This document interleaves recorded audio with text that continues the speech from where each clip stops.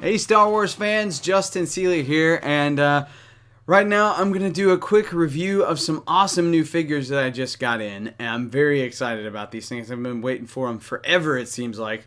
It's the Bandai vinyl collection, and man, these things are, I believe, only made over in Japan, and the packaging design on them is so cool that I'm not even going to open them. I'm going to leave these mint on card. So I'm just going to go through each one of them so you can see all of them individually. So first up we have Kylo Ren, and the thing that I noticed most about these figures that I like the most is the packaging. As you can see, it's almost like what the Black Series packaging should look like on Hasbro's side. Because we shouldn't have to have those ugly numbered boxes, Hasbro. There can actually be a 6-inch scale figure placed into a bubble that looks very nice. Now, the Kylo Ren sculpt overall is very cool.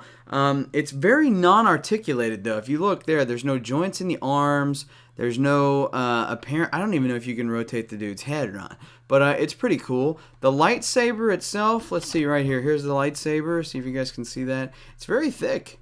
Very, very thick. And it's also curved a bit, which I bet once you got that out of there, it would be kind of a mess. But he'd be kind of cool to display. But I'm just going to display him setting up just because I love the how they kind of paid homage to the racetrack piping around the outside. You can see his name right down there at the bottom, Kylo Ren, and then some kind of Japanese writing. So this is called the Star Wars Movie Vinyl Collection is officially what this is called. And you can see that right there at the top, movie collection right there. And then, of course, we have up here on the top, we have the Disney logo, which is kind of neat. So in addition to Kylo Ren in this line, we also have one of our favorite little dudes from TFA, BB-8, and look how cool BB-8 is. He's in a really cool bubble. He's got the rebel symbol behind him, if you can see that, like behind him in the bubble. He's got the resistance or rebellion symbol behind him. The card art picture, I think, is a little dark for me. Here's the card art picture over here. Kind of hard to see. There it is. Right there, you can kind of get a glimpse of it. It's him looking around the corner like, hey, what's up, guys? And then on the back, you've got this, which is basically the series lineup. So you can see here that you've got everybody's favorite Captain Fantastic, and then you've got a Stormtrooper, and then, of course, you got Kylo Ren down there, and then it explains a little bit. A lot of this is in Japanese, and so I can't really read it, but it is pretty cool. So this is Star Wars Force Awakens collection number 4, BB-8. So there we go. And there's a website on here. It says starwars-jp.com. So I don't know if you can order these from starwarsjp.com, but that's what it says on the back. I actually got these off of eBay, and I paid probably more than I should have for them. But I had seen one in the wild, and I was just so stoked about it. Okay, who's next? Another droid. R2-D2, again, packaged with the same kind of look as BB-8. He's a little bit bigger than BB-8, though. And his card art is a little bit dark as well, but you can see it a little bit better. There's R2-D2, and he looks okay. You'll notice his card back is way different than everybody else's because, number one, he's part of collection number 5, R2-D2, and so the other person in that series is Chewbacca. So it shows all of those guys right there. Again, same URL on that. But overall, I think the R2 and the BB-8 are pretty cool. They're a little clean for my taste. You know, I like the dirty, the lived-in look of the Star Wars universe, and so when they just produce like clean little vinyl figures like that, it really doesn't do a whole lot for me. But in any case, that's okay. Here's his buddy that's also in that line, Chewbacca, and I actually think this is a pretty decent sculpt of Chewbacca. It is obviously the Chewbacca from Force Awakens, given the hairdo that they gave him over there. He does come with a bowcaster. It's towards the back, so it's kind of hard to see the bowcaster, but it is kind of tucked back in there.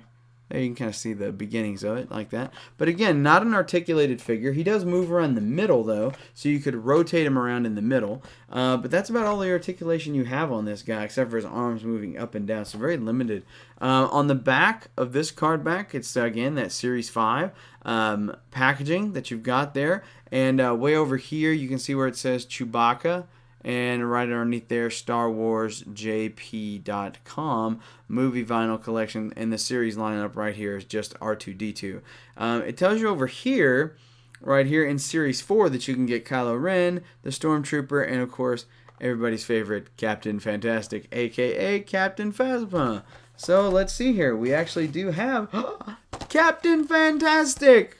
Woohoo! There she is in all of her silver glory. Her card art is pretty cool. What I find interesting about the Imperials, or the, as I guess they're called, the First Order figures, is there's no insignia in the background of their bubble. Like these guys, Chewbacca and all these guys, they've got, actually, yeah, Chewie does have it. He's got the rebellion symbol.